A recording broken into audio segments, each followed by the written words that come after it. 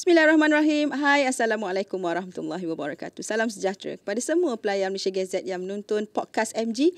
Saya Haslina A.R. Kamaluddin kembali mengendalikan podcast MG. Selalu kita bercakap mengenai autism.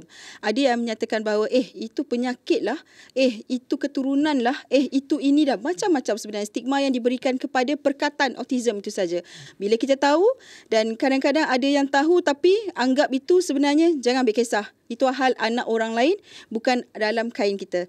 Dan sebenarnya keterbukaan rakyat Malaysia sudah pun ada sebenarnya. Kalau kita lihat dari tahun ke tahun, statistik untuk pengetahuan am, rakyat Malaysia sudah banyak, sudah ramai yang memahami mengenai autism. Namun, di sebalik kefahaman itu, wujud satu lagi golongan kecil, iaitu daripada ibu bapa sendiri yang menganggap autism ataupun anak autistik mereka itu sebagai menyusahkan dan dianggap itu adalah pengakhiran kerana mereka bersifat penafian. Mereka rasa kalaulah betul anak mereka itu didiagnos autism, itu satu perkara yang bad luck. Ini berlaku, banyak sekali komen-komen yang saya terima, banyak sekali di media sosial yang menyatakan perkara itu.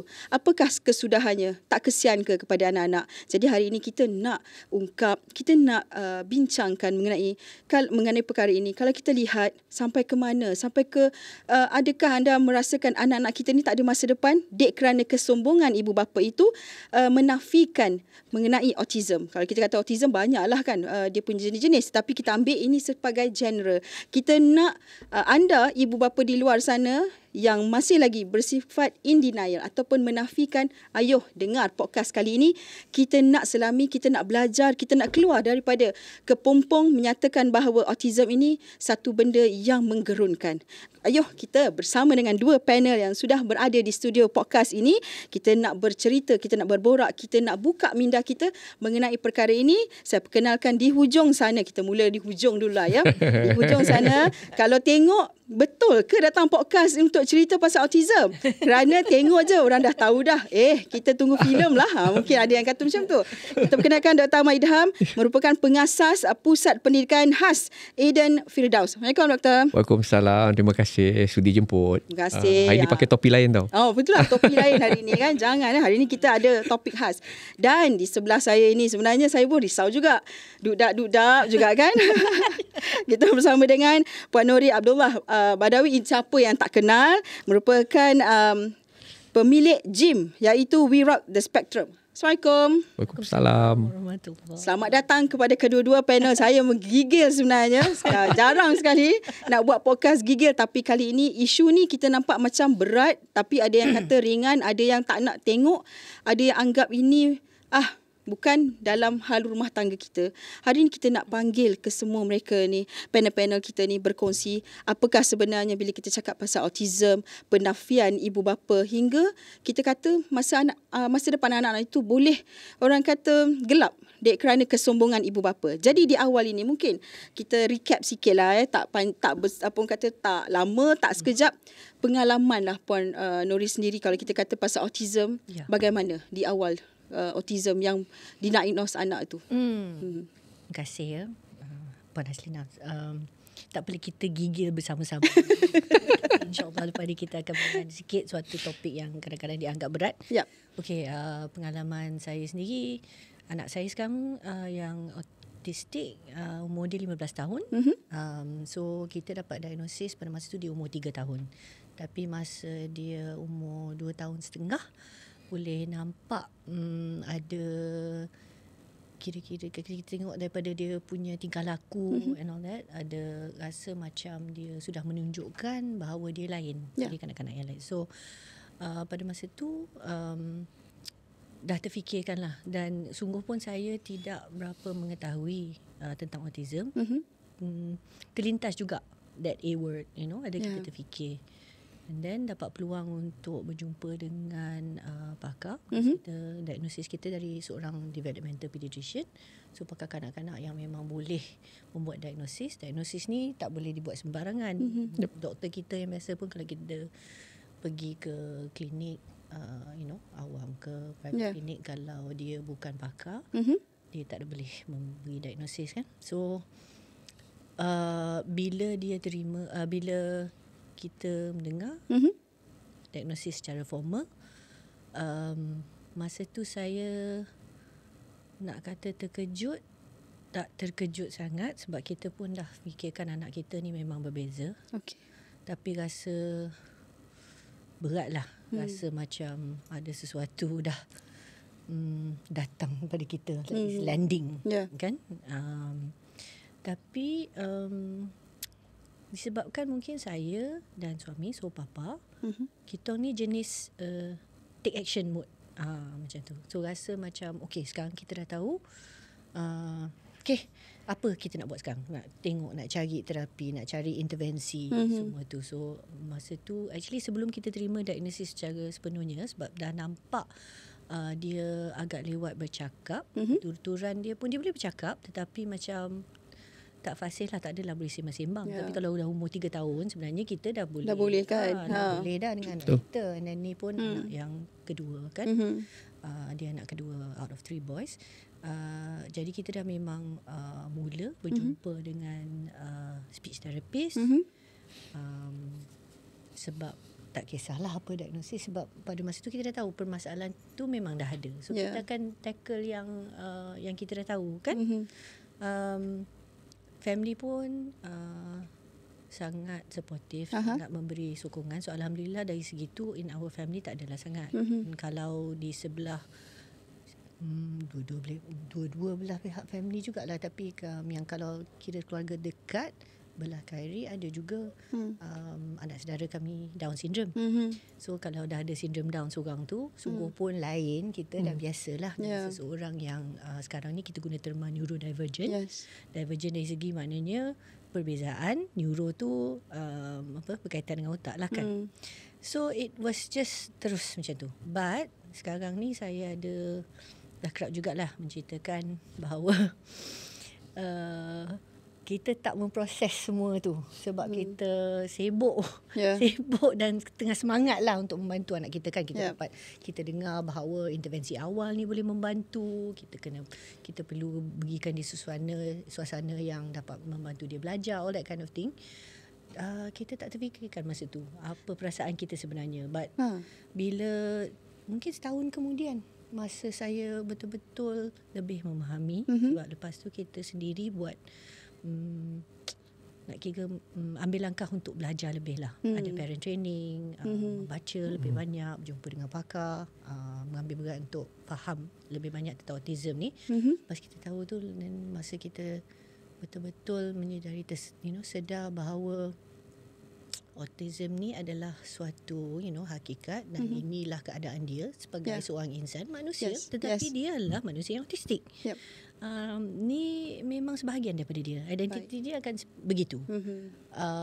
Bila dah sedar macam tu, that was big. Masa tu saya nangis lama juga. Rasa macam kita terima berita tu buat kali kedua. So ada fasa-fasa lah. Fasa-fasa, betul. Itu dia. Tapi ini 15 tahun dulu kan, Puan? Betul. 12 tahun dulu lah. 12 tahun. Ya, 12 tahun. And then yang bab yang kedua yang masa nangis tu, it was 4 lah. I see. Nanti kita nak tanya juga dengan Puan Nuri. Tadi kata nangis. Bila dengar tu memang fikir anak, lepas tu tak terfikir diri sendiri, lepas tu baru dia datang. Kan rasa tu kan. Okey, kita nak tahu yang tu detail sikit sebab topik kita pun ibu bapa. Jadi kepada Dok sendiri, di awal tu macam mana? Kadang-kadang bila buka sekolah ni ada sejarah dia kan. Mengasaskan satu sekolah ni kerana kecewa. Mungkin awal-awal ni kenapa agaknya, ataupun boleh kita share dulu pengalaman Dok sendiri. Silakan. Ayat kecewa tu bahaya tu. Dia boleh diinterpret macam-macam cara tu. Ada peluang bagi peluang ayat sendiri. Sebenarnya macam mana saya boleh involve di dalam arena pendidikan khas sebab I think better saya bercakap dari situ, kerana untuk anak saya dia bukan autism. Dia dilahirkan normal tapi dia kena some viral infection to the brain, and then sampai dia lumpuh. Dia collapse. The whole macam orang kena stroke at the age of 2. And then after that, bila kita start to develop with all the therapy, that's where ketika tu saya been exposed dengan these special kids yang ramai. Pasal bila kita pergi hantar ke hospital, kita jumpalah budak ni autism, kalau speech ni ada budak autism, dyslexia, ada Down syndrome ramai kan. So that one membuka kita dalam community ketika itu. Sehinggalah before that memang saya, my wife memang, I think Pak Nuri know lah, my wife she's in the early childhood punya education. So kita memang dah ada run our own tadika. So masa ketika tu pun kita dah nampak boleh nampak ada budak-budak yang you all ni tak macam budak normal. Tapi kita tak trigger lagi. It happens only selepas anak saya berumur 13 tahun. Masa ketika tu, that was in 2012-2013 at that time. Apabila kita tengok dia tak boleh cope up lah dengan education. Dia tak boleh cope up. And then we try to find a proper school for him. And then kita tidak nampak ketika era itu, that was in 2012, 2010, if you know, that time. The support system is not as good as today lah at that time. Jadi kita kata, okay, why don't we look into this education? Kerana I punya concern on my son ketika tu ialah education. Lebih pada education. Macam mana, how, kalau tak ada education di Malaysia, kita terkenal dengan tak ada education, nak kerja apa? Betul. Kan? Dan nak berdikari macam mana. And then at the same time pula, I rasa macam I kena create satu community lah. Sebab saya nampak kebanyakan ibu bapa yang ada anak-anak autism pada ketika era itu, kerana mereka merasakan mereka tu lonely. Mereka rasa mereka are fighting alone. Kan? Sebab mungkin awareness campaign tu tak sehebat hari ni. Seperti mana yang ramai orang tanya saya, sekarang ramai budak-budak autism, sebab diorang tahu apabila saya buka sekolah, saya kata ramai, kita ada 30 lebih student, kat Sabah kita ada 70 student. Ramai, saya kata bukan ramai sebenarnya. There's no such thing that hari ni semakin ramai anak autism. Kenapa ramai? Kerana awareness orang dah makin tinggi. Baru you perasan. Kalau awareness tu dulu tak ada, orang tak perasan. Jadi bagi saya okay lah. Then after that kita start to send my son to we migrated. Saya katakan, well, okay, let's go. If the doctor say kata the best is in Singapore, we have to send our son to Singapore. I don't care. We sell our house, everything semua, we migrate to Johor for 2 years. And that time masa kita pergi kat sana, kita melihat bahawa sorry to say, I have to say this tau. Kalau orang nak offended, dia offended lah. I tak peduli pun. Sebab I cakap, we have our neighbour ada banyak a good special education school, yet in Malaysia we are struggling to find one good one. Sorry to say lah, cakap kan. Memang kita ada the government punya, memang adalah PPK all that part. But we don't feel that at that time that is a complete set of special education, kerana sekolah di Malaysia tidak ada therapy together in the school at that time. We are talking about that time. Sehinggalah masa tu saya kata okay, then we start to kena pula at that time, I still ingat ada currency exchange crash between Malaysia and Singapore, and tiba-tiba dia 2 something jadi 3 something. We were there, and then we can't afford anymore to send our son there at that time. Masa saya hantar dia 2.7, lepas tu tak sampai setahun dia naik, tiba-tiba dia shoot to 3 point something. It cost me 120,000 him alone for me to send to Singapore. That's where kita bodek lah. Sekolah yang kita hantar tu, can you open one in Malaysia? That's how it started lah. Dan Alhamdulillah in 2014 kita balik, and then kita start. Today sampai 10 tahun dah. Eden Firdaus kita dah ada 2, satu di Kota Damansara dan satu di Sabah. And then of course bila saya bergerak awal-awal tu, memang agak sukar untuk memahamkan ibu bapa tentang beza antara terapi dengan education. Setiap kali ibu bapa kita jumpa, dia kata, saya ada anak saya delay, tapi saya dah hantar dah terapi. Terapi is therapy. What about education? Education, betul. Especially on the preschool punya side masa tu. Dia tak apalah, tunggu PPKI. PPKI akan ambil umur 7 tahun. Betul. Kan? Tetapi ketika tu you dah delay daripada umur 3 tahun, as Puan Nuri kata, dia akan diagnose at 3 years old. From 3 years old to 6 years old, you nak buat apa? You delay 1 hari, you jangan cerita 1 hari, you delay 24 jam. Brain works 24 hours. Betul. Kan, you delay. So that's how it started lah, Puan. And then Alhamdulillah now saya giat aktif untuk create lagi more awareness. Dan I think sebanyak mungkin awareness yang kita ada baik, tapi dalam masa yang sama tak dinafikan seperti mana yang Puan cakap tadi tentang kos. Jadi bagi saya, Puan, kalau menjawab pada persoalan itu salah satu niat saya, azam saya. Satu hari saya harap it's either the states or the federal, mereka boleh dengar bahawa if you can support the private sector to give certain incentive untuk kita boleh ambil juga buat B40. Jadi sebenarnya kita boleh ease the burden yang berlaku di sekolah hari ni yang tak cukup ni. Sekolah PPK yang tak cukup. So jadi kalau ada smart partnership begitu, saya rasa, tapi saya kena bersuara lah. Bercakap dengan harapan either the states ataupun dia tu. Dan dalam masa yang sama, one thing yang saya realise, this one I just realise dalam 1 or 2 years, antara gapping yang paling besar menyebabkan ibu bapa jadi delay di dalam identifying dia orang punya anak ketika preschool, kerana preschool tidak ada yang a proper preschool with a therapy support dalam kebanyakan, and then most of the preschool teachers they are not trained to identify about special kids. Dia cuma bagi tahu anak puan tak boleh cakap sangat lah, anak puan buas lah, lain daripada yang lain, but they don't give you the answer. Betul. Where to go. Betul. You sebagai ibu bapa, you yang kena cari. Kena pula you are in denial, jadi kata oh mungkin lambat sikit lah, bapak dia dulu pun, mak dia kata bapak dia pun itu lambat. yang biasa kita dengar, Selalu kita dengar kan, oh mak dia dulu tak apa.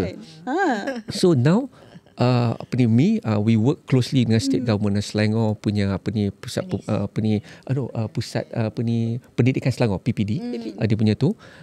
Kita dah merasai bahawa the setup of preschool yang ada hari ni sudah a bit outdated. Kita rasa dan kita orang merasakan bahawa today kita kena melihat daripada integrated kind of setup, di mana in a preschool you juga boleh handle budak-budak yang ada delay. Doesn't mean they are special, but they are delay. So now kita orang just venture into this setting up of the preschool. We call it integrated preschool, My Steps, di Kota Damansara juga. Jadi saya nak completekan ekosistem. Today for the private sector lah, government tu I tak boleh sentuh lah kan. Private sector we have from the preschool up to my license to vocational. I see. We have that. Cuma sekarang I nak kena ke depan nak memaklum pada orang, I can't do it alone. Betul. I need support also. I need from the government, from the state, from the federal, from the NGOs. I need all that. So let's see lah how. Wow. Saya sebenarnya itulah bila kita combine tadi baru sikit tu kita dah rasa, bila kita cakap pasal penafian daripada parents, daripada ibu bapa ni, kadang-kadang kebanyakan ibu bapa muda lah yang menghadapi perkara ini. Yang mereka rasa macam tadilah Dr. Adil cakap, lambat tu macam dah normal dah. Nanti kalau dah pergi sekolah tadika okey, ataupun nanti dah jumpa sekolah rendah dengan kawan-kawan dia okey. Ni memang tradisi ni, keturunan ni memang lambat. Itu antara selalu. Dan apabila pergi juga diagnose, kadang-kadang parents ni dia pergi juga diagnose juga, tak puas hati bila cikgu selalu mengadu anak tak boleh cope dan sebagainya. Bila dapat tu tiba-tiba sekeliling tu, memang kadang-kadang kita rasa kita dah ada orang ni awareness dan sebagainya, tapi mulalah rasa macam anakku tak macam orang lain, anak aku begini, anak aku begitu, macam manalah agaknya kalau aku dah tak ada nanti macam itu yang bila menafikan akhirnya tak ada tindakan. So macam mana Puan Nuri? So macam ni, sebenarnya kita tak hairan lah kalau kita dengar perkara seperti ni, penafian dan sebagainya. Sebab satu, kita tahu yang menyumbang ke arah ni is things like kepercayaan dan budaya. So stigma tu memang wujud. Masalahnya, and then bukan saja di Malaysia, tapi bila kita sebut dalam konteks lokal kan, konteks Malaysia ni sekarang ni, kita memang ada macam suatu kepercayaan bahawa ketidakupayaan. So anything OKU, apa-apa yang berkaitan dengan disability and all this, somehow ada berkaitannya dengan fikiran bahawa benda ni adalah sesuatu yang salah dan tak elok dan buruk, things like that. Walhal sekarang ni dengan peredaran masa, dengan kita mempunyai kesedaran yang lebih, kita juga lebih memahami dan mengingatlah untuk menjadi seorang masyarakat yang lebih prihatin, yang compassionate. Kita wajar ingat bahawa ni masih seorang insan. Betul. Manusia dahulu. So kita tak nak menafikan kemanusiaannya. And then kalau kita kalau kita bertiga kat di sini sebagai orang Melayu Islam, like I like to talk about fitrah. Kalau dari segi fitrah tu memang dah sempurna. Ada fitrah kita menjadikan kita manusia. Ini tak berkaitan dengan tingkah laku ke, kebolehan ke, keupayaan ke, apa-apa yang ada secara fizikal atau intellectual. This is a human being first, right? So itu satu, kita belum sampai pada satu tahap di mana ada 100% orang akan dapat terima dan mengingat bahawa benda different ni it doesn't mean is wrong. Itu satu. Keduanya, and this is the part where kita kena faham juga dan cara kita nak menyampaikan, nak memujuk parents, nak meningkatkan kesedaran tu, it has to come also dengan kita pun kena lemah lembut jugalah. Kita pun ada cara juga, kerana ini adalah sesuatu berita yang tidak diminta, tidak diduga, dan memang sesuatu yang akan mengejutkan, benda yang berat, dan segala jenis macam emosi bercampur baur pada masa tu. Terkejut, takut, marah, sedih, risau. You mention all any of this, like apa-apa negative feelings, apa semua, time tu lah akan berlaku. Dan ini I will feel that it is part of just being human. Tapi seperti yang kita dah start berbual-bual sebelum kita mula recording tadi kan, kita mengharap bahawa nanti ibu bapa jangan terlalu lama lah dengan perasaan-perasaan negatif macam ni. Perasaan emosi ni kita tak dapat nafikan, because itu is also part of being human. Dan itu pun kita tak nak sebut benda tu baik ke buruk ke apa, sebab itu menjadi satu perkara lazim kebiasaan sebagai seorang manusia. Manusia is like that, we have emotions, right? Nak menafikan emotions tu pun bukan sesuatu yang sihat. Kita tak galakkan juga macam I'm not sad. Tak adalah, tak ada apa-apa lah, ni semua okey je, semua okey je. Benda tu akan ada akibatnya sendiri di masa hadapan. So that's why I say in a way, macam pengalaman saya sendiri tu ada macam delayed reaction semua tu. Dia akan berlaku. So lebih baik kita macam kita terima dari segi emosi, terima emosi kita dulu. Ni untuk ke arah untuk menerima anak kita lah kan. But I think recognize, accept the feeling first. Kalau kita dah pada masa tu kita bersedih, sedihlah. It is berita yang sedih. Tetapi tak semestinya kesedihan kita membawa kepada keadaan di mana kita menafikan anak kita. Dan kita tidak ambil tindakan. Dan kita tak mau buat apa-apa. That's the part that is not right. Is action. The action part. Kan? The action part tu. So kita nak menggalakkan supaya dah start tu slowly kepada suatu keadaan di mana insya-Allah kita akan reda. Reda tu maknanya kita memang dah dapat terima dengan baik. Right? Because pasrah tu another thing. Kita kalau dalam bahasa kita ada this different kind of thing. Pasrah tu macam terpaksa. Betul. Kalau at first terpaksa but you take action, it's okay. Tak apalah. Kita start with something. Sebab apa yang kita nak is action. So dalam kita punya international community of autism and all this, ada seorang self advocate yang dia sendiri adalah seorang doktor and professor, Stephen Shaw nama dia. Dia sebut tentang 4A.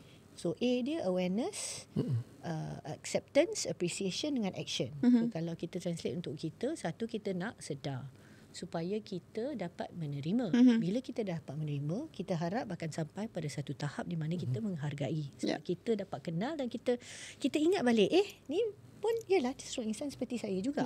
Right? It's another human being. And then yang kita nak tu is the fourth A. Because action. Kita nak ambil tindakan. So kadang-kadang tindakan tu maybe datang sebelum kita menghargai apa. That's okay. Because at least kita tak adalah macam kita tak buat apa-apa. Tadi doktor dia sebut, right? You said kita tak nak lambat. Because it's it's very precious. Kita kesan intervensi, terapi, all this kind of thing lebih awal, anak kita masih lebih muda, memang kesan dia is better lah. Bukan untuk kata kalau anak kita dah diagnosis lambat apa semua, kalau dah remaja tak payah buat apa-apa. That's not true. Intervensi dengan terapi boleh membantu orang dewasa pun. Betul. That's not the issue. Tapi kalau kita dapat lakukan lebih awal, and we know all children, tak kisahlah children, anak-anak yang okay ke tidak pun, kids dia macam sponge, kan, dia memang akan belajar dan absorb faster. So this is what we hope for. So I think it's just satu parents is okay. So for those of you yang mungkin adalah, kalau siapa-siapa yang mendengar sekarang ni masih dekat tahap kecewa dan marah and all that, I think we hear you. Kita pun faham, bukan emosi ni bukan sesuatu yang terlalu asing bagi kita. Kita mengharapkan bahawa jangan emosi tu janganlah buat sampai benda tu jadi tabii. Janganlah benda tu itu yang kita sematkan itu dah menjadi sebati dengan kita. No, move on. Because it's untuk anak kita juga. Untuk anak kita juga. And also ni dah 2024. Betul. Kita dah ada dunia dengan internet, social media, sekarang ni macam ramai orang sekarang, orang Malaysia ni tahap ekonomi duduk di mana-mana pun secara majoriti ada smartphone. Yes. Selain daripada tengok benda-benda yang menghiburkan tu, bolehlah kita gunakan Carilah info-info. apa yang ada pada kita untuk mendapatkan maklumat. So the big thing yang dapat membantu definitely is training.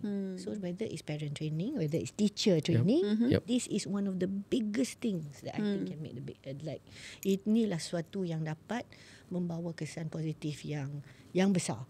Sebab katalah bayangkan like you know kalau semua cikgu at least ada you know kemahiran tambahan, dia lebih tahu macam mana nak bantu budak ni. Setidak-tidaknya dia boleh mengesan dan faham lebih sedikit lah. So at least boleh bercakap dengan parents, pujuk parents and things like that. Dan lepas tu parents sendiri pun kena training, parents sendiri pun, and then jangan cakap tak boleh.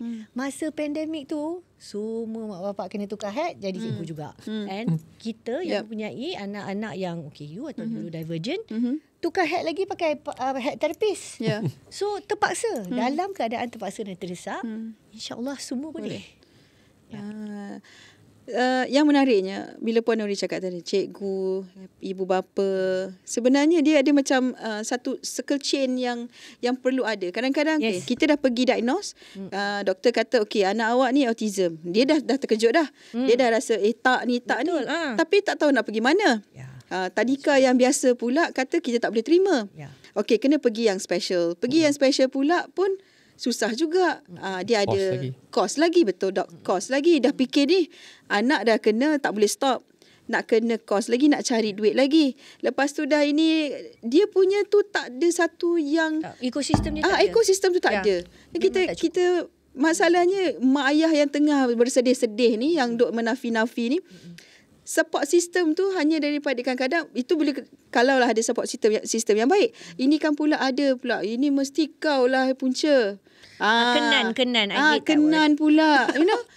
keturunan inilah ini. Sebab dia because ini antara benda yang akan menggalakkan orang untuk terus menafikan anak. Because kita kata it's your fault. Betul. Seolah-olah something mak ke bapa, usually mak lah sebab kita yang mengandung, yang melahirkan anak, kata sebab kita dah buat tak tahulah apa dari segi pemakanan ke apa, kita punya apa-apalah yang semua sebab mengandung semualah disebabkan kita buat benda tu, itulah sebabnya terjadi pada anak kita. And I tell you, masih ada orang boleh sanggup sebut macam tu pada ibu bila dia nak menyampaikan better diagnosis or talking about the autism. I mean, seriously langsung tak ada EQ ke? Tak tahu macam mana nak, macam tak I don't know, dia tak berhati perut lah, you know, like how can you do that? Satu, tak ada science anything, there's no facts, there's no research to say that this is the reason anyway. Kita masih tak tahu hingga ke hari ini apakah sebenarnya yang menyebabkan anak kita menjadi autistik. It's probably combination of so many things. Faktor genetik mungkin ada juga, faktor environment ke whatever mungkin ada juga. Tapi kita, the thing is we don't know. Mungkin you know, kombinasi ada apa-apa tertentu, tapi itu dah jadi. And then ketepikan sebab kita masih anak tu di depan kita. Betul. Right? So the first thing you need to do is whatever it is, you have to handle the situation.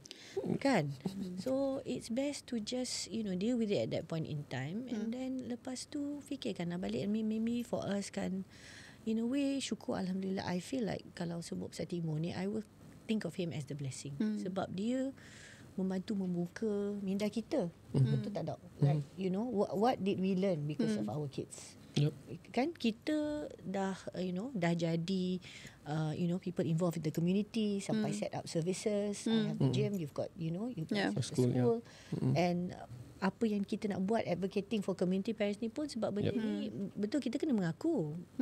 Is perkara peribadi dah terjadi pada kita. And usually macam tu lah. Tabiat manusia pun macam tu. Kalau benda tu tak melanding dekat kita pun mungkin tak berapa ambil kisah. Betul. Right? So sekarang ni kita sangat bergiat, rajin sangat nak memujuk everybody because as you said, one, you use the word community, which is one of my favourite words, and then ecosystem, the circle is tak complete.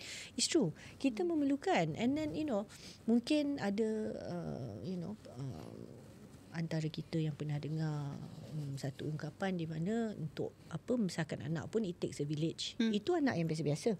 Anak yang tidak mempunyai permasalahan atau cabaran seperti ini. But so if you think about it that way, anak-anak kita yang memang ada cabaran, memerlukan sokongan tambahan ni, wah, kampung dia kena kampung yang paling dahsyat dan paling besar dan sebesar-besarnya. Everybody has to get together lah. The village semua. Betul. So memang memerlukan, you need the collaboration, you definitely need the partnership. Memang kita sangat mengalu-alukan apa-apa peluang lah untuk semua ambil bahagian sekali, because it's true, it is so difficult. You cannot do it alone. Nak membesarkan anak pun susah. Kalau anak kita dah macam ni, memang kena dibantu oleh seramai mana pihak. But I think boleh sebab kita dah biasa dan faham hidup bermasyarakat. That's why nak meningkatkan kesedaran ni sangat penting supaya kita boleh ambil kisah tentang bab tu. Kita dah biasa look after each other. Betul. Ya, boleh. Especially di Malaysia yang berbilang kaum, berbilang agama and all that. Bukan kita tak tak biasa mengambil kira perbezaan di antara kita. We are so used to it. This is like I like to say, this is memang part Malaysia punya DNA. So kita kena ambil berat bab ni. Baik. Ambil berat. Okey, kita nak tanya dengan Dok. Pasal bila saya cakap pasal ekosistem tadi, so far sepanjang tahun buka sekolah 2014 sehingga ke sekarang 10 tahun.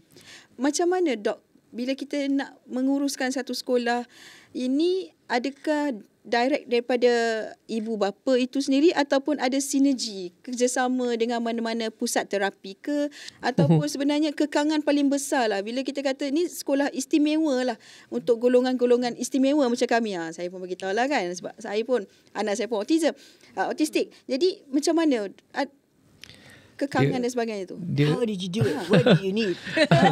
Awal-awal saya cakap terus terang, bukan satu kos yang murah lah nak set up sekolah macam tu.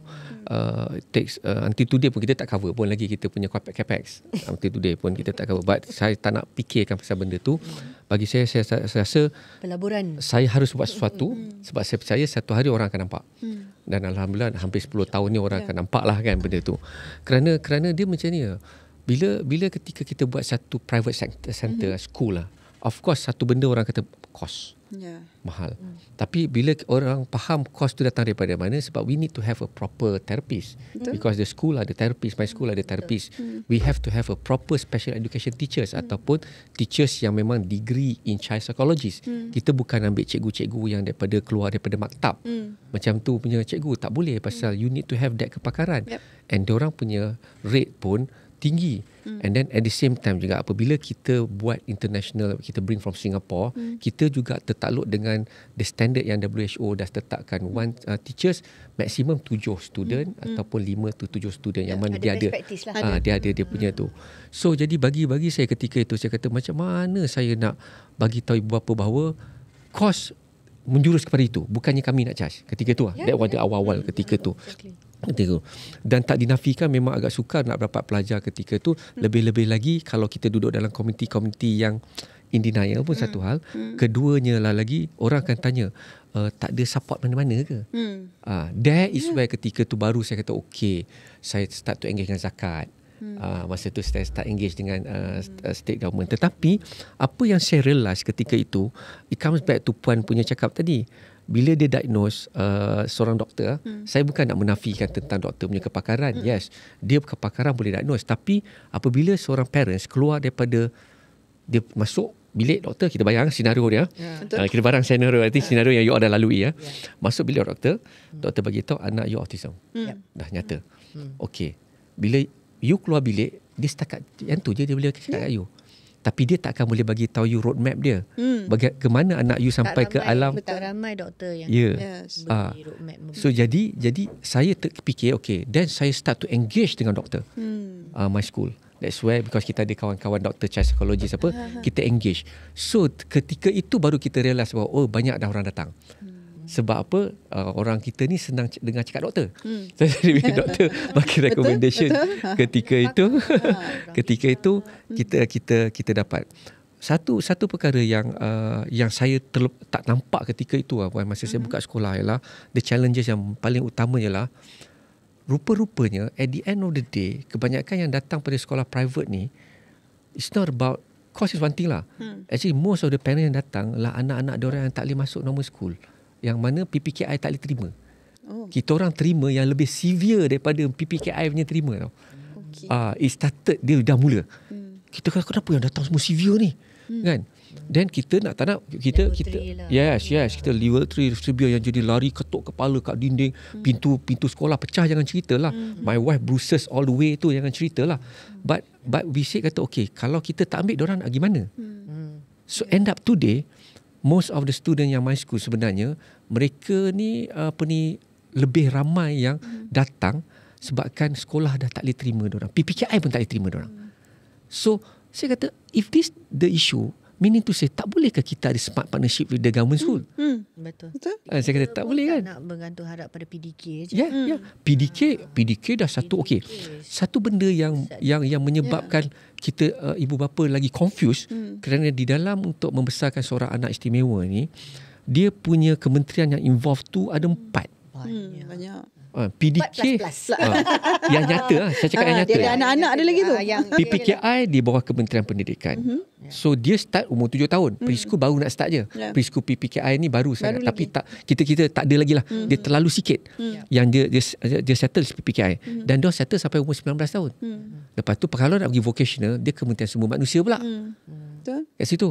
And then dia ada jugalah yang lain belia apa semua kan. Your journey starts with kesihatan. Itu belum masuk lagi.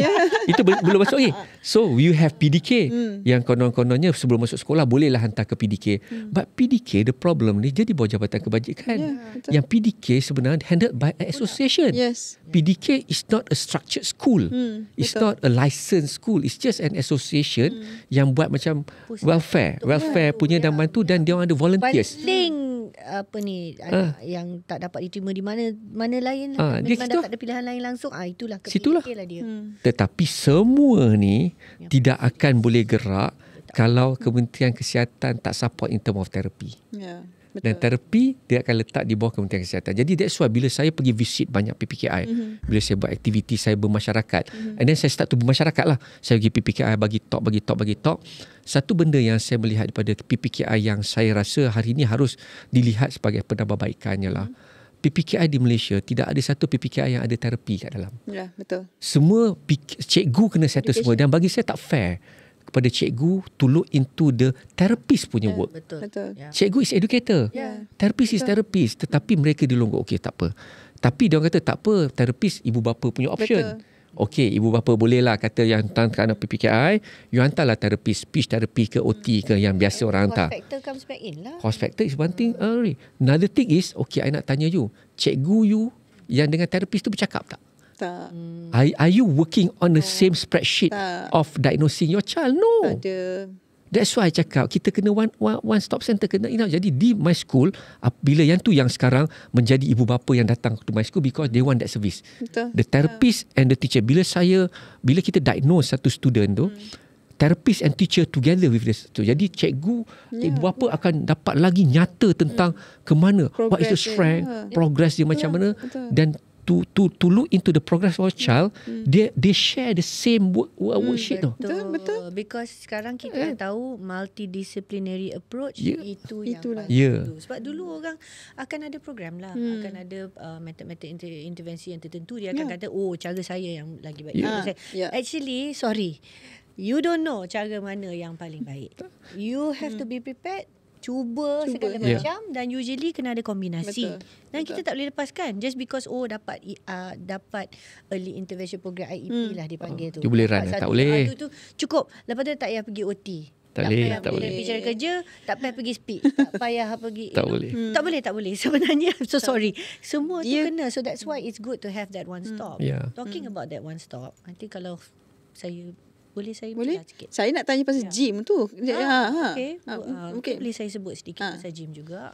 Yelah, keluarga kami membawa gym. We Rock the Spectrum Kids Gym for all children. Yep. Ia satu pusat pusat kanak-kanak di mana semua kanak-kanak tidak kira keupayaan boleh datang bermain, bergaul, belajar sama-sama. InsyaAllah they will grow together also lah. So bagi kami di gym, siapa yang ada di gym memang kita bagi training, latihan untuk dapat mengendalikan lah all the different types of kids.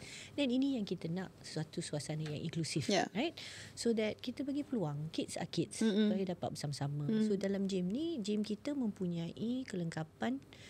So the equipment dengan gym memang digunakan oleh pakar terapi, especially the occupational therapist dan OT, therapist, OT akan menggunakan the same equipment.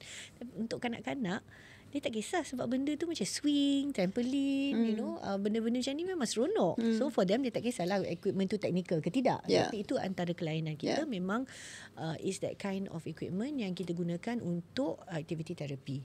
So ibu bapa bolehlah menjalankan aktiviti terapi untuk anak-anak.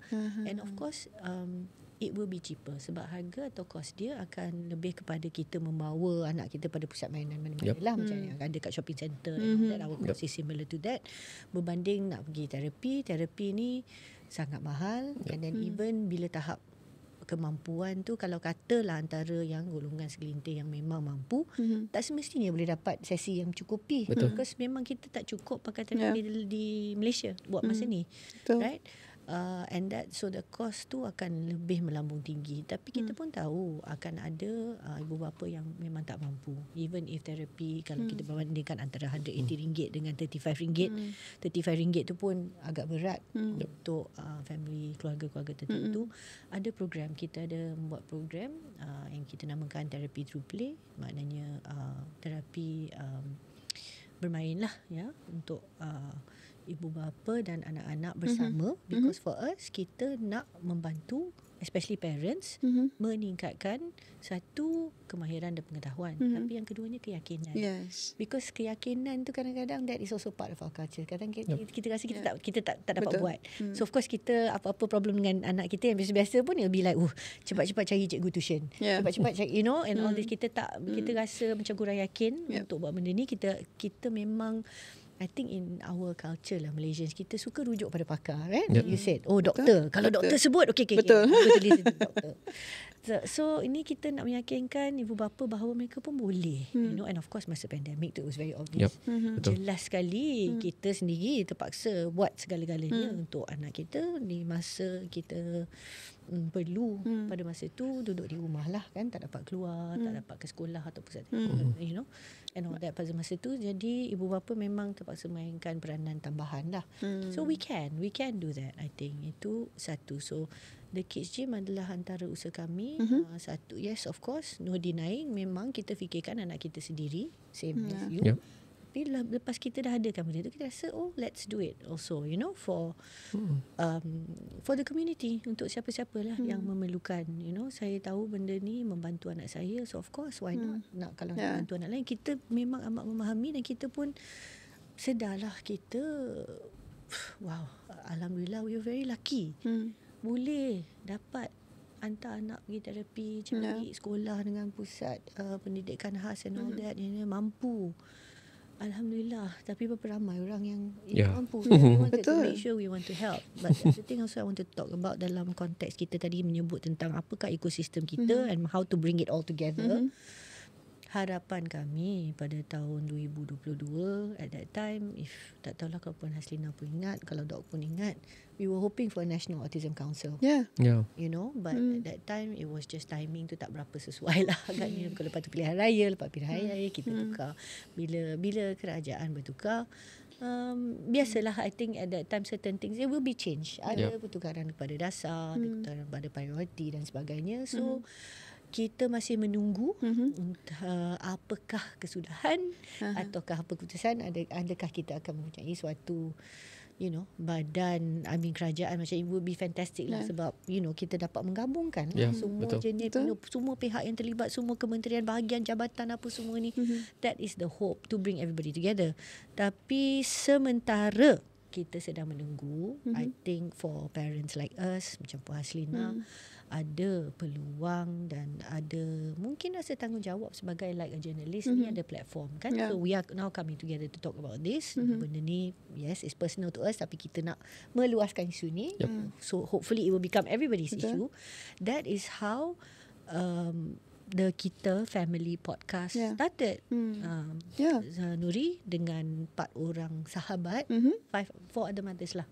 Bagi kita, kita rasa okay, tak apa, kita cubalah apa yang dapat kita buat dari segi peribadi, setakat kita mampu, anything we can do. So it's like okay, we didn't have this very big thing. It's okay, let's do something small. Let's do something yang insyaAllah kita memang harap kita dapat mungkin membantu ibu-ibu bapa seperti kami juga, tapi untuk meningkatkan sedaran for everybody. Sebab bagi kita nak membicarakan perihal tentang hidup bermasyarakat, masyarakat yang memang berbilang kaum, berbilang agama, but we are also masyarakat yang berbilang keupayaan. Betul. So kita nak kata kita menghargai hidup secara inklusif. We want to be together. Kita menghargai hidup secara masyarakat. And we know that this is the Malaysian story lah. So betul. kita nak ingatkan orang Malaysia, kita ada satu lagi layer of this difference antara kita. Kalau kita nak sebut majmuklah muhibah dan segala jenis perbezaan, unity in diversity ke apa, please don't forget dari segi perbezaan antara kita when we talk about keupayaan. Betul. Right? So that part. Dan kita boleh, sebab kita dah biasa. Kalau nak cakap macam mana kita hidup dalam konteks all this berbeza-beza, then why not? This is just one more. Kan? One more thing. It's okay, boleh. This Puan, is part of depan lain, belakang lain, Puan. Okay.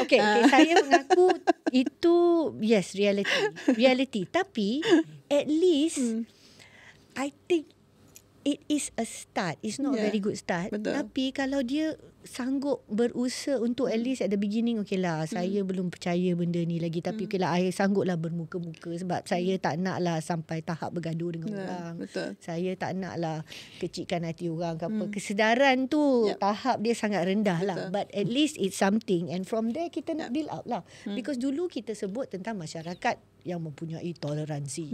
Toleransi ni kita dah tahu sekarang memang tak berapa cukup. Toleransi benda ni tu tak terima atas kertas je. I know, but tapi kertas tu penting. It's the same as why we have dasar-dasar dan pengubalan undang-undang. We have to have the kertas part, because kalau tidak, nanti manusia dia nak berpandukan apa? Nanti lagilah dia tak nak buat apa-apa. So we have to start from somewhere. Betul. Kita kena start. Tapi jangan stop lah. Jangan stop lah. Jangan biar pada tahap tu aja, dan benda tu je kita anggap cukup lah whatever. No, it's not enough. Memang it's not enough. But that's why kita but itu antara sebab kita ada betul. Today, right? Itulah antara Kita boleh jadi kita family tak ni? Boleh. Memang kita family, kita jemput semua. Kita family. Family. Kita perlukan family. Kita anggap semua family. And from family tu is the building block towards community. Betul. Kan? That's like, you have to have, you have your family, and that's how your family grows into become community. That's why. That's why kita juga guna perkataan kita tu. Family. Kita tu bersama-sama. Kalau saya sebut kami, I'm not including you. Yes. Kami je lah. Kami lah. You, kami. But if I say kita, it's everybody, together right? lah, kan? Together. So it have to be inclusive. Okay, saya nak tanya dengan Dok. Tapi sebelum saya nak tanya ni, mengenai tadi Dok ada cakap bagi talk dekat banyak tempat kan. Tapi kita nak tahu apa kesinambungan kepada talk tu, apa feedback yang diterima oleh pihak kerajaan dan sebagainya. Tapi sekejap saya nak baca komen dulu. Ini daripada komen-komen kita di kita punya community YouTube. Bila kita tanya mengenai topik kita hari ini, hashtag keistimewaan katanya. Apa itu autism dan in denial ini? Dia kata keistimewaan, kelebihan, kelemahan dengan berkat usaha, sabar, masa, certain formula akan AKA sistem. Peruntukan dana dalam jangka masa yang panjang yang tertentu untuk mencarikan bakat and so on boleh dimiliki masing-masing serta doa. Okey, saya rasa panjang sangat dia cakap ni sampai saya pun tak faham sangat. Sebab Ini daripada Nora. Ini adalah semua yang diperlukan. Yes, Sokongan. we need all of that. Sokongan, Nora, we need thank you, dana, Nora. we need usaha, we need doa, Baik, we need. betul. Right? Tuah kata, apa pun istilahnya, orang tetap panggil cacat. Mak ayah ni, manalah boleh terima perkataan itu dekat anak sendiri. Sebab itu mereka bersifat in denial. Lepas tu Ishak kata, anak saya hyper. Dapat detect masa umur 5 tahun. Sekarang dah stop pakar dan cara kerja. Pihak hospital yang stopkan. Cara kerja. Pihak hospital yang stopkan. Sekarang anak dah umur 10 tahun. Tak dinafikan dalam pelajaran memang tak okey. Lambat membaca, lambat mengenal huruf Jawi. Tapi masih still sekolah biasa. Saya tak malu dengan anak yang macam ni. Saya anggap ini satu anugerah walau ada yang tak boleh terima keadaan anak saya. Oh, sekolah biasa Okey. Dia ingat PPKI kot tu. Oh, saya rasa PPKI lagi. No, ada Ada yang sebab okey, kalau mengikut undang-undang up to full primary school, setiap warga negara Malaysia perlu ke sekolah. You have betul. education. So in a way, satu kita tengok sebagai hak, satu kewajipan. It's both of it together. Kan? So sekolah actually tak boleh deny tempat pada dia, kan? Zero reject policy dia. Last. So kalau dia sebut sekolah biasa tu, I think it's true. Kalau tidak, dia akan sebut PPKI. Ramai yang memerlukan sokongan tambahan, but they are in sekolah biasa. That's why teacher training. That's the biggest thing. Kenapa training untuk cikgu-cikgu pendidikan khas saja? Kenapa tak dapat kita ada suatu modul untuk meningkatkan dia punya pengetahuan tambahan sedikit lah, as they are just becoming teacher, any kind of teacher. Betul. That would help a lot. Sangat. Okey, ni komen yang terakhir sebelum kita pergi pada Doc. Setiap anak autism ada kelebihan atau keistimewanya sendiri. Cuma ibu bapa kena congkil bakat atau minat mereka. Contohnya anak sahabat saya, dia punya anak pun autism yang sangat minat memasak. Ibunya akan bawa ke pasar supaya anaknya boleh membeli keperluan untuk memasak. Untuk makan tengah hari, biasanya anaknya akan masakan menu pilihannya sendiri. Wow, tahniah Puan. Puan Fauzia.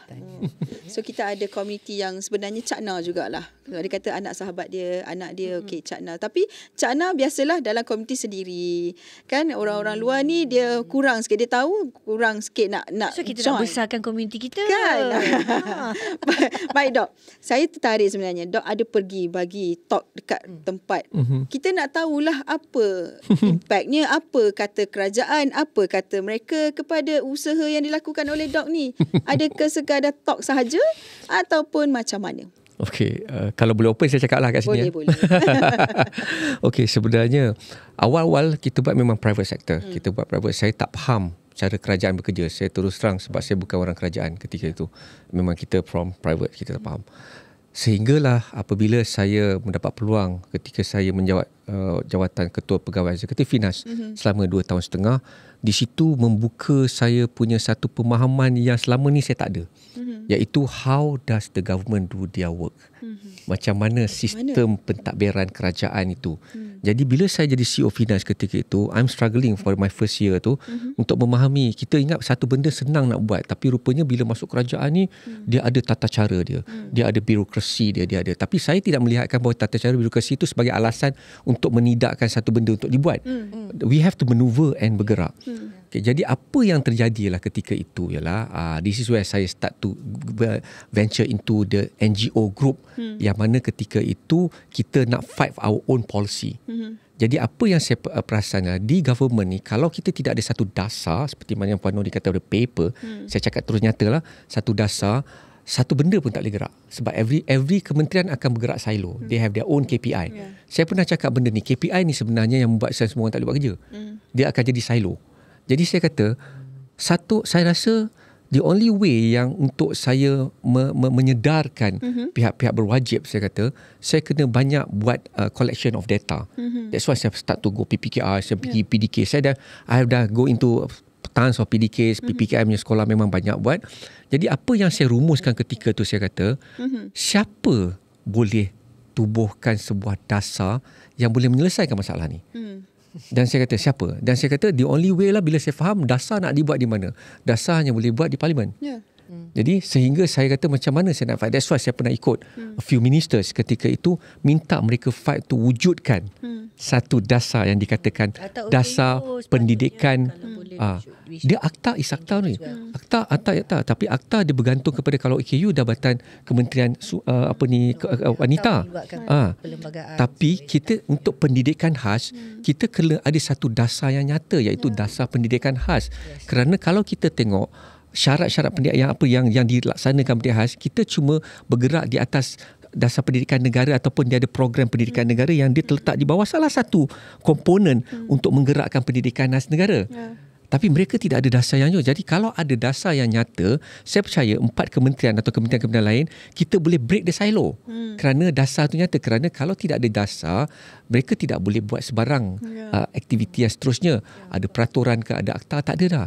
Jadi that's why, macam kalau puan tanya saya, bila saya buat apa yang saya nak buat, saya nak harapan saya, sehingga sini tak berjaya lagi, akan ada seorang MP, mana-mana ahli parlimen yang berminat untuk membawa ini, saya akan terus bersama mereka untuk memastikan satu hari Malaysia akan ada dasar pendidikan khas negara. Tak ada lagi yang MP-MP yang ke depan. Sehingga hari ini tidak ada lagi yang tingkat saya lah. Tapi ada approach jugalah. Saya ada approach. Sebab tu saya pernah jaga menteri pun. Tapi bila minister atau MP tu yang diorang ada agenda yang lain, saya hormatlah agenda mereka. Tetapi saya terus menanam semangat saya ini, sehingga saya pernah kata bahawa if only out of 222 ada satu yang berminat, saya rasa insya-Allah industri pendidikan khas negara kita akan berubah landscape dia. Contoh betul, kita memang ada dulu diorang buat permata, junior school, but it's still silo. Everything is in silo. Semua orang buat dengan inisiatif. It's more initiative. But as a government, we don't have a proper policy for special education. Tidak ada. I'm not talking about therapy ataupun yang lain, tapi if only that ada. Just talking about education. Education. Tak ada lagi. Tak ada. But if only the dasar education ada, therapy support confirm masuk dalam dasar tu. Confirm masuk dah. Medical support confirm masuk dalam dasar tu, kerana dasar kita akan merangkumi. Yes, because dia melihat, dan barulah kita boleh turun ke masjid. Barulah kita boleh lihat siapa pemegang dasar tu nanti. Macam kata saya dulu Finas, saya ada dasar perfilman negara. Of course Finas yang jadi dia punya rumah. Kan? Kita ada banyak kementerian yang ada. Kementerian Pendidikan ke, Kementerian Semua Manusia ke, Kementerian Wanita ke, Kementerian Kesihatan. Siapa nak pegang dasar tu? Kena nyatalah. Agaknya autism ni susah agaknya untuk dia ni, Puan Nuri. Sebab tu semuanya in silo satu, tak nak ambil peluang ke? I think satu ada antara maklum balas yang saya dengar, saya tak dapat nak pastikan lah. Tapi ada yang kata kenapa autism saja yang wajar mendapat dasar yang khas atau majlis, things like that. Tapi kalau saya ubah suai sikit je lah. Kenapa kita tak sebut dari segi neurodivergence atau dari segi intellectual dengan mental and all that, because yang tu akan mengasingkan golongan ini daripada golongan OKU fizikal. Sebab keperluannya totally different. Neuro is different, Kita tak boleh sebut like majlis OKU tu dah cukup. Tapi bawah payung OKU tu pun is very very big. So at least kita patut asingkan supaya kita dapat beri perhatian yang sesuai dan berpatutan, yang wajar untuk golongan yang berkaitan dengan intellectual, perkembangan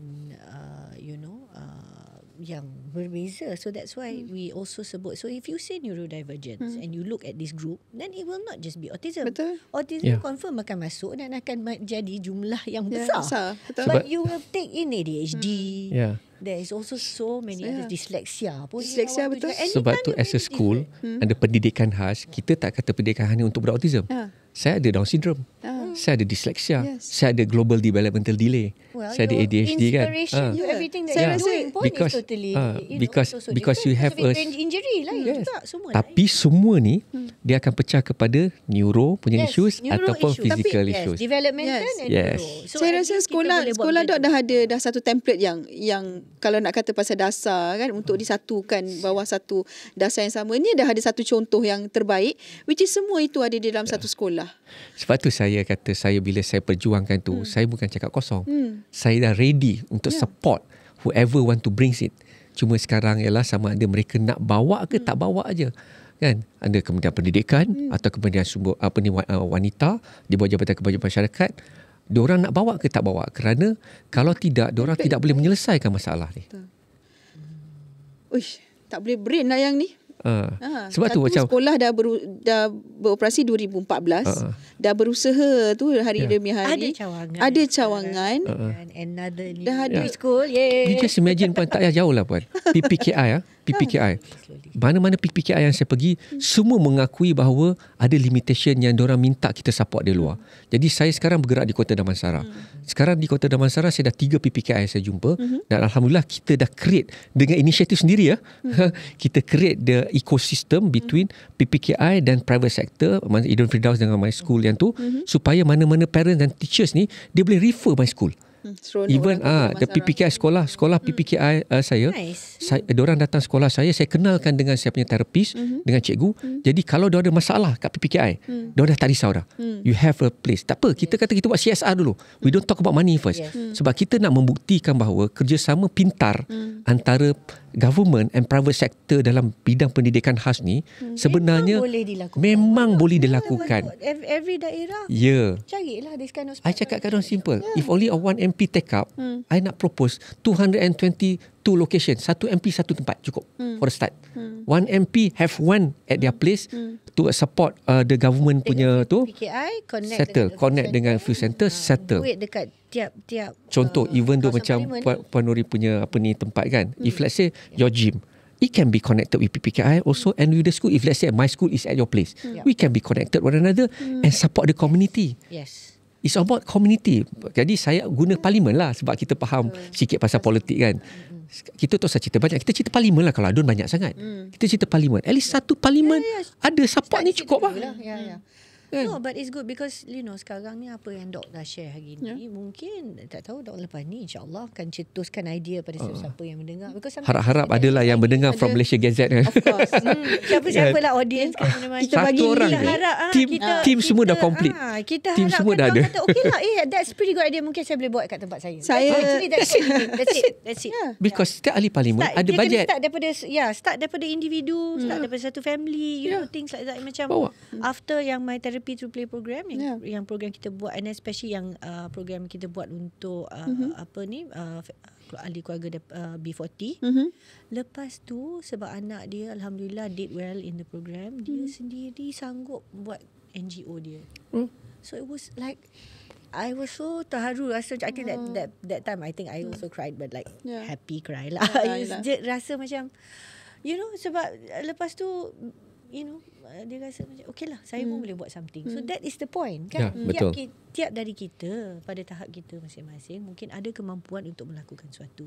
Kita di sini think that for the three of us maybe kita boleh menyebutkan itu antara harapan kita. Just itu yang kita tengah buat. That you can do, just do it. And usually memanglah dia akan datang daripada orang yang where that thing is a personal issue lah. Tapi lepas tu mampu, mungkin before that, before they started the program, anak dia semua mungkin dia rasa macam mana. Tapi cakap terang Wan, benda-benda macam ni macam mana pun you have to have a political drive untuk bawa to the next level. It doesn't work kalau kita macam ni je. Okay boleh lah, tapi kemampuan kita begitulah. Impact dia kerana penghujungnya dasar hanya boleh dibuat di parlimen. Kalau dasar tu boleh buat di Eden Firdaus, saya dah lama buat lah. Tapi dia tak boleh buat kan. Sebab kita dah faham pasal saya dah faham kan how the government work. So saya rasa if only ada seorang lah Robin Hood-nya sampai kan cik. InsyaAllah kita akan pastikan link ni sampai ke kita ada 222. 220. Kita nak satu je. Satu je cukup kan. Boleh jadi rintis. Projek rintis. Ada dong. Boleh. Ada. Tapi kadang-kadang usul tu ke bawah je, tak sempat baca. Saya cakap terus terang Puan. Level bawah semua saya dah lalui. You name it, any ketua pengarah yang bahagian kebajikan masyarakat ke apa, semua saya dah pergi. Semua saya dah berjumpa. Sebab tu saya ada data. Saya data tentang berapa ramai student, semua saya ada. Jadi sebab saya, apabila saya sampai ke satu tahap, saya rasa bila nak suruh present pada higher level, saya dah tak gentar untuk buat presentation kerana I have all the data already. And I've met everybody on the working level. rugilah kalau tak nak bekerjasama dengan Doc sebab dah ada data. Tak payah nak buat kerja 2 kali, 3 Ya, kali. dia Nak tak payah kena buat susah-susah. research dan semua. Dah ada dah. Saya nak fokus pada special education je. Saya benda lain saya tak nak fokus dulu. Itu dulu. Aduh, kena fikir juga sebenarnya. Anak-anak Satu autistik persatu lah. Ya, Things satu je. also good. You need Satu. focus. Sebenarnya, I tak nak, of course, aku tak buat many semua. things Ya. need help. Betul. But I think take one Education by one. first. At least boleh Yeah. ada impact pada that one thing, and then pengalaman pun ada clearly kat situ kan. Wow. Kita kalau bercakap ini memang seronok sampai kita lupa kita punya waktu ni sudah Waktu mencemburui kita. Yeah. Tapi sebenarnya sebelum saya sebenarnya sikit lah sebelum kita nak minta pesanan-pesanan akhir, bila kita cakap pasal ini, kita nak keluar daripada kepompong in denial ini, macam mana Puan? Sedikit lah sebelum kita menutup ni. Berapa lama agaknya kita nak bersedih, kita nak rasa tu segala bagai tu, kalau boleh maximum time tu berapa lama? Oh, tu susah nak Susah, sebut.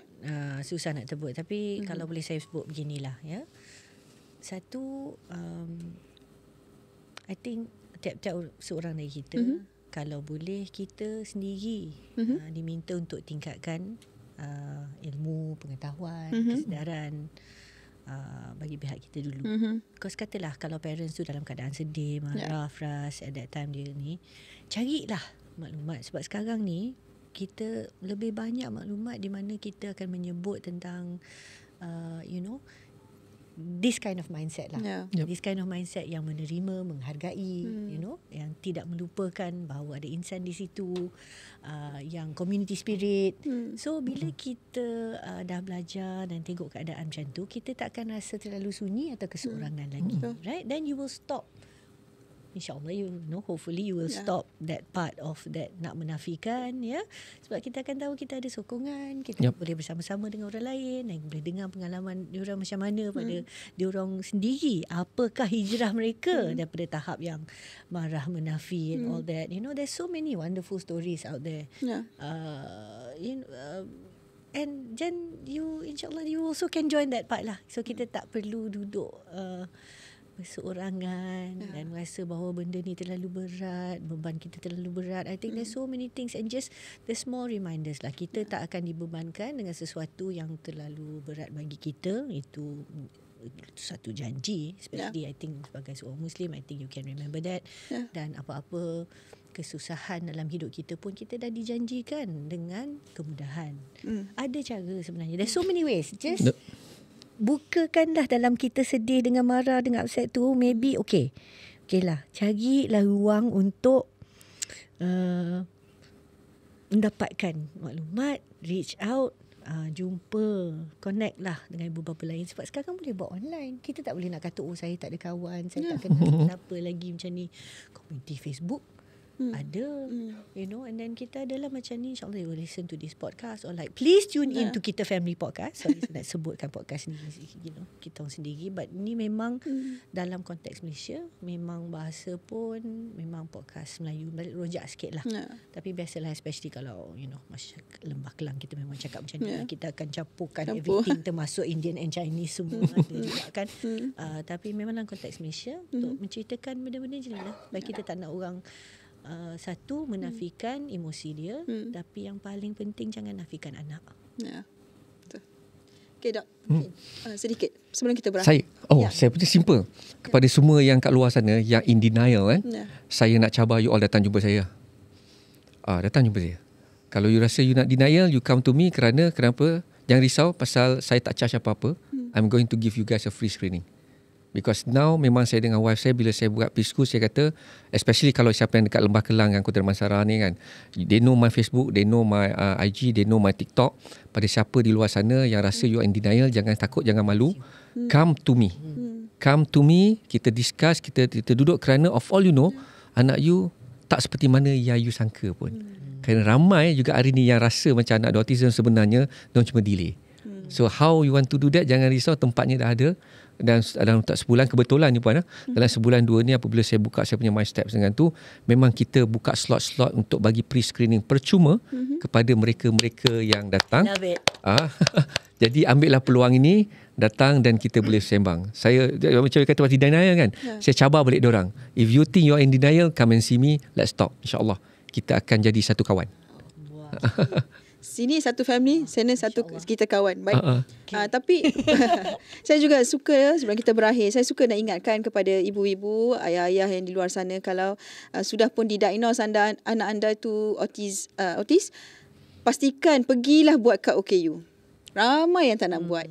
Janganlah segan anak kita tu rugi sebenarnya. Saya sendiri nak kata banyak sangat privilege bila kita memula in denial, tapi bila tunjuk kad anak, you pula rasa happy kan.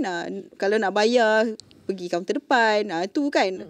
Banyak sangatlah. Dan sebenarnya kad OKU tu adalah mudahlah untuk pergi hospital dan sebagainya. Janganlah nafikan hak anak anda.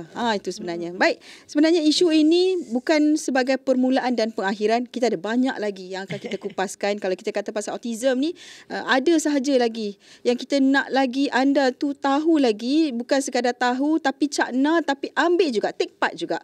Sebenarnya, jangan anggap ini hanya untuk komuniti kita sahaja. Jangan anggap autism ini untuk mereka sahaja. Kita sebenarnya satu Malaysia, satu kita rasa kita ni satu family lah. Satu family. Yes. Kita kena tahu, sebab itu sekarang ni jarang dah kalau kita pergi restoran mana-mana yang kita tengok anak orang yang tiba-tiba hyper, kita ada rasa macam perasaan yang tak suka. Sebaliknya kita faham, okey, mungkin anaknya begini, mungkin anak begitu. Itu satu yang baik dah sebenarnya. Kita akan jumpa lagi dalam edisi akan datang, terus bersama dengan Podcast MG. Kalau tidak bersama saya, kita ada rakan setugas Rosnani. Tapi saya lebih kepada isu-isu yang dekat dengan saya, dekat dengan anda. Jumpa lagi. Haslina AR Kamluddin. Jaga diri, jaga peribadi. Bye.